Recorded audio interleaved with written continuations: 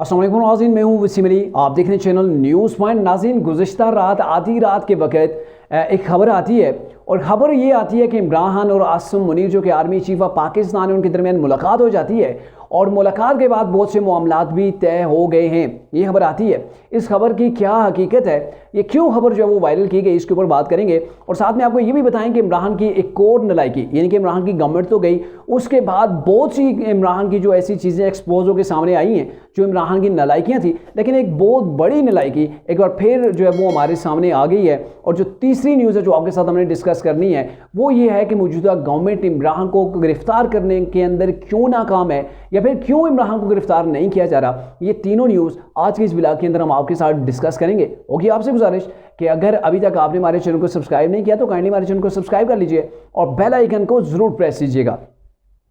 नाज़रीन, गुज़िश्ता रात एक खबर वायरल होती है और वायरल होने के बाद वो जल्दी खबर जो है वो ठुस भी कर जाती है।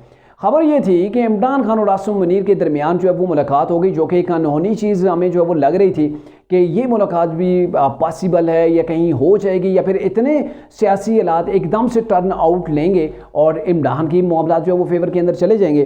तो बहरकैफ ये जो न्यूज़ दी गई ये कुछ सहाफ़ियों को दी गई और दी गई तरीके इंसाफ की जानब से कि आप लोग जो है वो इस न्यूज़ को आगे बढ़ाएं, यानी कि ये कोशिश की गई कि इस न्यूज़ को आगे बढ़ाया जाए और इस न्यूज़ के अंदर सहाफ़ियों को ये चीज़ बताई गई।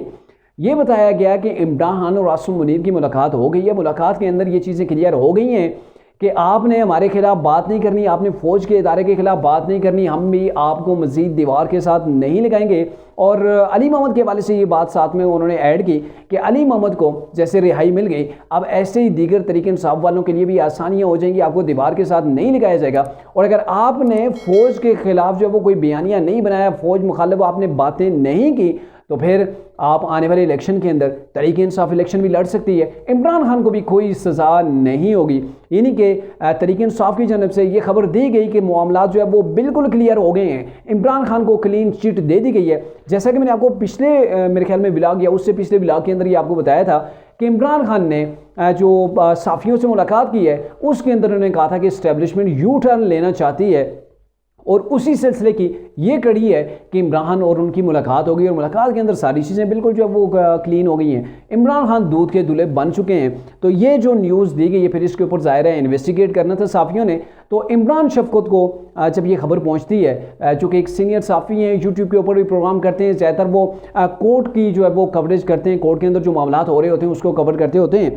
तो फिर जब तहकीकात की गई तो ये पता चला कि बिल्कुल सफ़ेद किस्म का ये झूठ है और ये तरीके इंसाफ की जानब से फैलाया जा रहा है, क्योंकि तरीके इंसाफ का एक वतीरा बन गया है कि कोई भी जब मामला नहीं हो रहा होता तो उसके ऊपर वो फीडबैक लेने के लिए ऐसी हवाई जो है वो खबर छोड़ देते हैं और फिर ये चाहते हैं ताकि कोई आर्मी की जानब से, DGISPR की जानब से या उनकी जानब से वजाहत आ जाए जिसके अंदर हमें पता चल जाए कि अब उनका मौक़िफ़ क्या है, उनका रवैया हमारे लिए जो वो नरम हुआ है या नहीं। ये चीज़ वो देखने के लिए मेरे ख्याल में ये करते हैं। दूसरी बात, शायद कोई उन्हें इससे फ़ायदा भी होता होगा, लेकिन मामला यह है कि अक्सर ये चीज़ बड़ी वाज़ेह है। आर्मी ने बिल्कुल क्लियर कर दिया था कि 9 मई के वाक़यात के अंदर जो भी मुलव्वस हैं, जो इसके मास्टर माइंड हैं, उनको इंजाम तक पहुँचाना हमारा फ़र्ज़ है। उनको हम हर सूरत जो वो इंजाम तक पहुँचाएंगे और जितने भी केसेस हैं वो भी अब क्लियर हो गए। इमरान के ऊपर अब उसके ऊपर फर्द जुर्म भी आए तो ना बाकी रह गई है, क्योंकि JIT ने मुकम्मल रिपोर्ट पेश कर दी थी कि इमरान खानी 9 मई के वाक़यात के जो वो मास्टर माइंड हैं और दीगर केसेस के अंदर भी इमरान किस तरह गिरे हुए हैं। तो ऐसे हालात के अंदर ये चीज़ लग ही नहीं रही कि वो इस्टेब्लिशमेंट, जिस इस्टेब्लिशमेंट के खिलाफ इमरान ने महाजराई की, जिसकी वजह से पूरे के पूरे इदारे को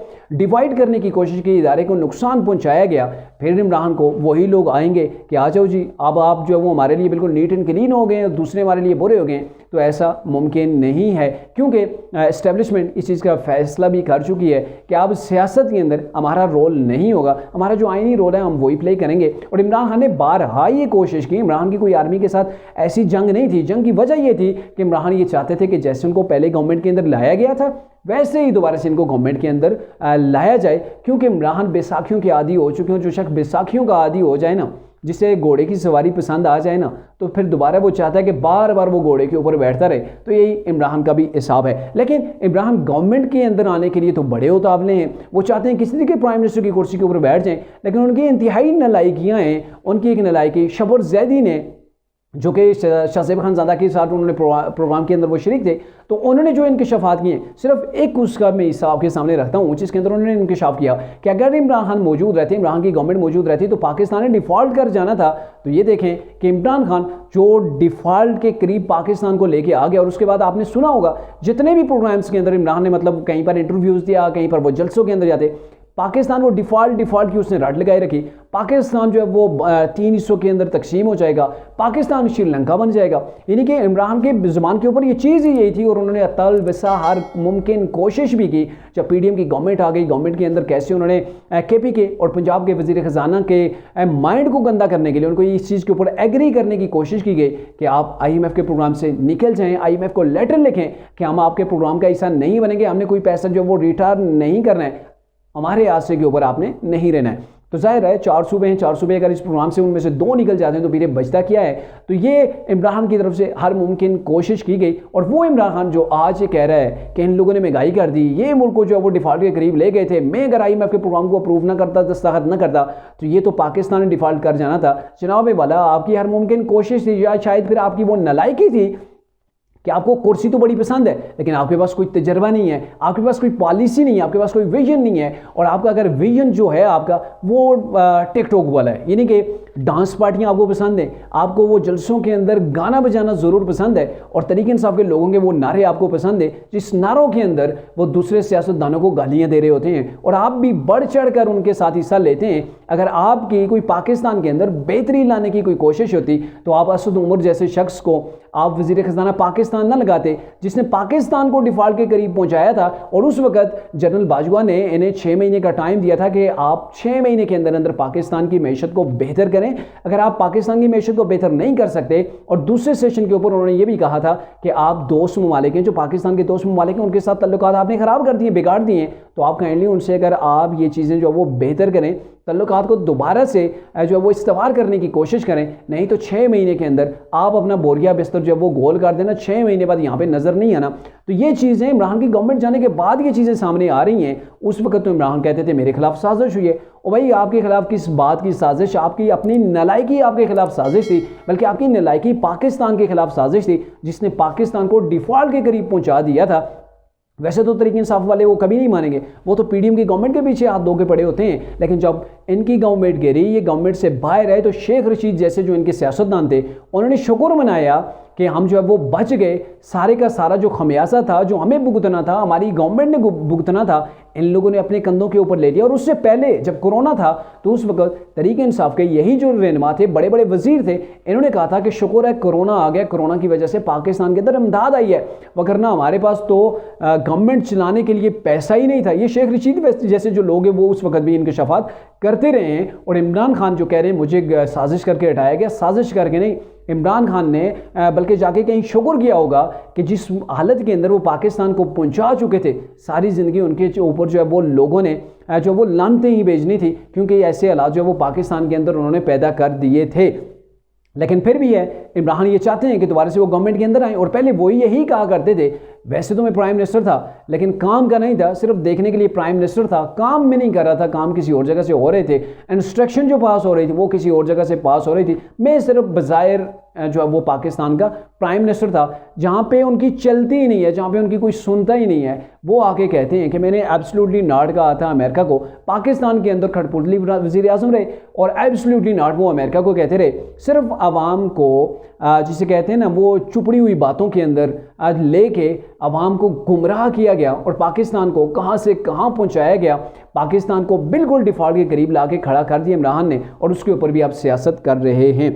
दूसरी बात जो अहम नुकता है कि मौजूदा जो गवर्नमेंट है ये इमरान को क्यों नहीं गिरफ्तार कर रही। इतने केसेस के अंदर इमरान मतलूब है, और मेरे ख्याल में अगर आज इमरान की गवर्नमेंट होती तो लग पता जाता कि ये जितने भी अभी जो पीडीएम वाले हैं ये कैसे जेलों के अंदर बैठे होते, और 9-9 महीने इनकी ज़मानतें ना होती। बेशक जैसे भी हालात हो जाए, जितनी भी एक्टिव सुप्रीम कोर्ट होती, इन्होंने जेल से बाहर नहीं आने देना था, क्योंकि इन्होंने वो चीज़ें दिखाई है, इन्होंने वो मॉडल दिखाया है अपनी 4 साल गवर्नमेंट के अंदर। और इमरान को क्यों नहीं गिरफ्तार किया जा रहा है, इसके पीछे भी मौजूदा पीडीएम की जो गवर्नमेंट है इससे कन्फ्यूजन है। कन्फ्यूजन इनकी क्या वो बड़ी क्लियर है। वो ये समझते हैं कि अगर अभी इमरान खान को आर्मी एक्ट के तहत जो कुछ उसने 9 मई को किया, तो उसके तहत अगर ये आर्मी इनका ट्रायल करती है तो आज हम टेबल की इस साइड बैठे हुए हैं, कल टेबल की उस साइड हो जाएंगे, यानी कि आज गवर्नमेंट हमारे पास है, कल हमारे पास गवर्नमेंट नहीं होती, कोई और यहाँ हमारी जगह गवर्नमेंट के अंदर आ जाता है और हम फौज के खिलाफ कभी बयानियाँ बनाते हैं या इस्टेब्लिशमेंट के खिलाफ बनाते हैं या कहीं पर भी हमसे कोई भूल चूक हो जाती है, तो कहीं ऐसा ना हो कि हमारा ट्रायल भी आर्मी कोर्ट्स के अंदर हो और एक नया प्रेसिडेंट बन जाएगा पाकिस्तान के अंदर कि जो सियासतदान भी हैं, जो पॉलिटिशियन भी हैं, जो सिविलियन हैं, इनको भी जो है वो जो फौजी अदालतों के अंदर इनका ट्रायल हो, तो कहीं ऐसा ही हालात पैदा ना हो जाएं। तो इसलिए मौजूदा गवर्नमेंट ये नहीं चाह रही है कि डायरेक्टली हम इस चीज़ के ऊपर जब वो आएँ, इमरान को गिरफ्तार करें, गिरफ्तार करके उस इदारे के हवाले कर दें कि आप इसका आप ट्रायल करें। तो मौजूदा यानी कि जो गवर्नमेंट है ये नहीं चाहती कि पॉलिटिशियंस का बराह रास्त हवालगी की जाए जो इस ट्रायल के अंदर आर्मी एक्ट के तहत। तो इस चीज़ के ऊपर थोड़ी सी मेरे ख्याल में झिझक पाई जाती है और मैंने कुछ तजिया निगार भी देखे हैं, वो भी इस चीज़ के कायल हैं कि इमरान को इसी वजह से नहीं किया जा रहा। और दूसरी बात चीफ जस्टिस ऑफ पाकिस्तान है कि chief justice of Pakistan Imran को रेस्क्यू कर लेंगे, वो इमरान खान को जेल के अंदर बंद नहीं होने देंगे जब तक चीफ जस्टिस ऑफ पाकिस्तान है। दूसरा तसर ये पाया जाता है कि जब तक वो मौजूद है इमरान की गिरफ्तारी मुश्किल है।